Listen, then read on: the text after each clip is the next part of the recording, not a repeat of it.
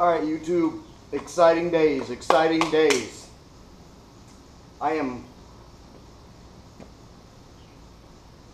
4 days away from leaving for my Sturgis trip. 4 days.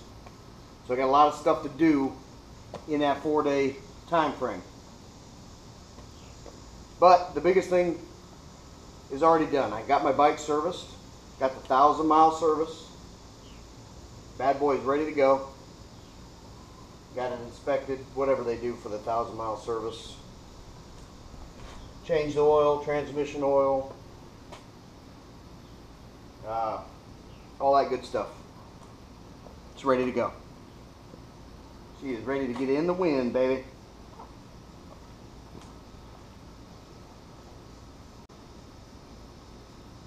All right. So, got the 1,000-mile service done. Got 4 days till Sturgis. Exciting times. Very exciting times.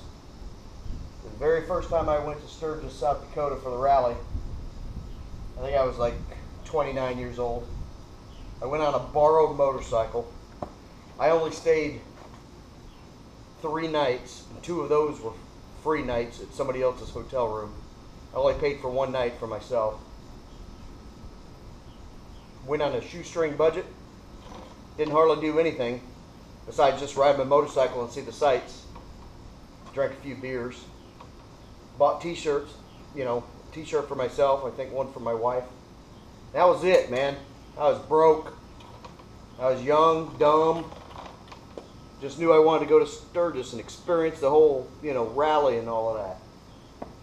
Well, let me tell you, there's a reason why you got to be like 50 years old, gray-headed, to go to the rally and stay for like a week or a week and a half. And one reason is money. The second reason might be getting the time off. Like if you're retired, you got all the time in the world, you can go and do it. But normal working folks can't afford to go to the rally and stay that many days. I mean, it's just expensive. But finally, I'm not 50 yet, but I ain't 29 yet either. But for the first time ever, I will be going to the Sturgis Rally this year on this beast right here, a touring motorcycle with all the toys, stereo, cruise control, the touring chassis, comfortable seat, full fairing in front of me, navigation. Not that I need navigation, but sometimes it's nice to have if you got to find a gas station close or whatever. And the reason you got to be 50 years old is because normally you can't afford it until you're that old. Like, I don't know, until you've saved that much money, I guess. This is my year, finally. Last year was my first year ever going on a Harley, because every other year it had been a Honda or Yamaha. I went on 3 different Yamahas, a Honda.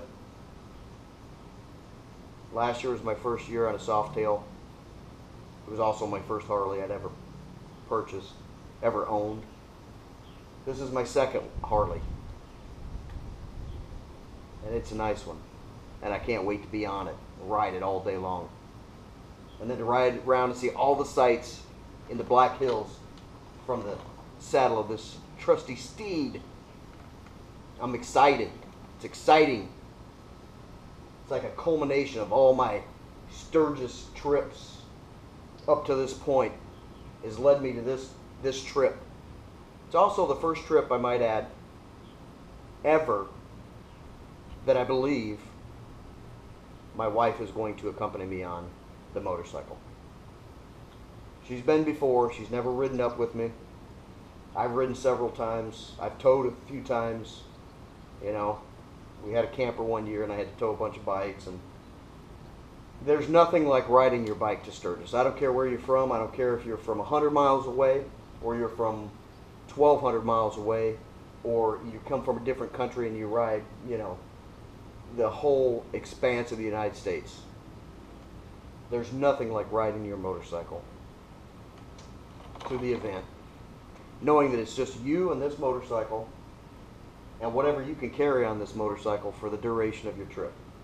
I mean, I don't know how to explain it, but there's something magical about leaving the driveway with only this and then what you can carry on it, and then showing up to your destination, having your little vacation, and then returning home again, all just on this motorcycle. There's just nothing like it in the world.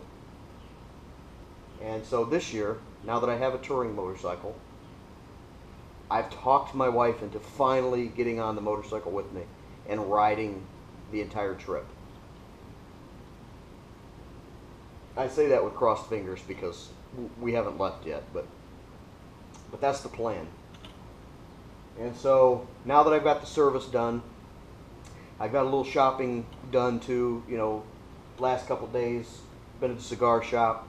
Had to go buy me a new pair of jeans because I only have like 2 pairs of jeans, and one of them's really not that comfortable for riding long distance. So I'm gonna get me some more comfortable jeans for riding the long haul. And yeah, I got a few other things to pick up. I still need to get a rain suit for the wife. I have one, she doesn't have one. I wouldn't recommend going on any trips without one, because at some point during your trip it's going to rain. It's just going to happen, especially in South Dakota. Up in the Black Hills, it can be perfectly sunny just like this with one little puffy cloud in the sky, and I'm telling you, 40 miles down the road you're going to ride through a monsoon or a hailstorm. It happens every time. So anyway, what little shopping we've got left to do, maybe just another bottle of sunblock. You know, there's little things here and there that we got to get done. But other than that, I'm completely ready to go. I'm ready to start packing and get this mule down the road and enjoy our trip. And I can't wait. I cannot wait. And for you, Matt, talking to you, Matt, you know who you are, which Matt you are. Now it's going to get a little languagey here. So children, if you're listening, if you're watching the video, please turn the volume down now. Matt, you shut your whore mouth. Because you don't even have a motorcycle. I've been trying to tell you to get one and come on this trip with us. And you haven't done it yet. And I'm disappointed. And Ken's disappointed. And Brad's disappointed. And your pops has got to be disappointed. And I know you're a family man and you got things going on. And it's, you know, it's not in the cards for you right now. I totally get it. It doesn't make me any happier. So you shut your whore mouth. Okay? Don't you try to bring my trip down just because you can't go. Alright, kids, you can turn the volume back up now. I'm going to be done cursing for a little while. But anyway, I'm going to start getting this thing together. I'll check back in with you, I'm sure a couple of more times before we actually head out on the trip. Kind of probably talk about what we're going to take and all of this stuff, and maybe the route we're going to take. And man, if any of my 25 subscribers out there are going to be at the rally, you know, anytime during the rally, leave a comment. Let me know where you're at. We'll hook up and we'll ride, or we'll drink a beer or smoke a cigar, or we'll just pass each other and wave at each other as we go by. Hell, I don't know. Doesn't matter. It doesn't matter. All that matters is we're going to be out on the open road, enjoying some of the most beautiful scenic riding that there is in the United States of America. On our Harley Davidsons or Hondas or Yamahas, whatever you got, it doesn't matter. I tell you, the only thing that matters is if you have never ridden it, trust me, you can do it. Get on the bike and ride it. It's so much better of a trip. I've done it both ways, like I said. I've done it a couple of times both ways. Riding the bike, there's no exception. Get on the bike and ride it. Yeah, you might have to ride through some rain, or it might be hot or whatever. Nothing. Nothing. Nothing can detract from the time that you're going to have on that motorcycle, I guarantee you. Till next time. Roll Tide. Praise the Lord. Thank Harley Davidson. See you in Sturgis. Do you even lift, bro?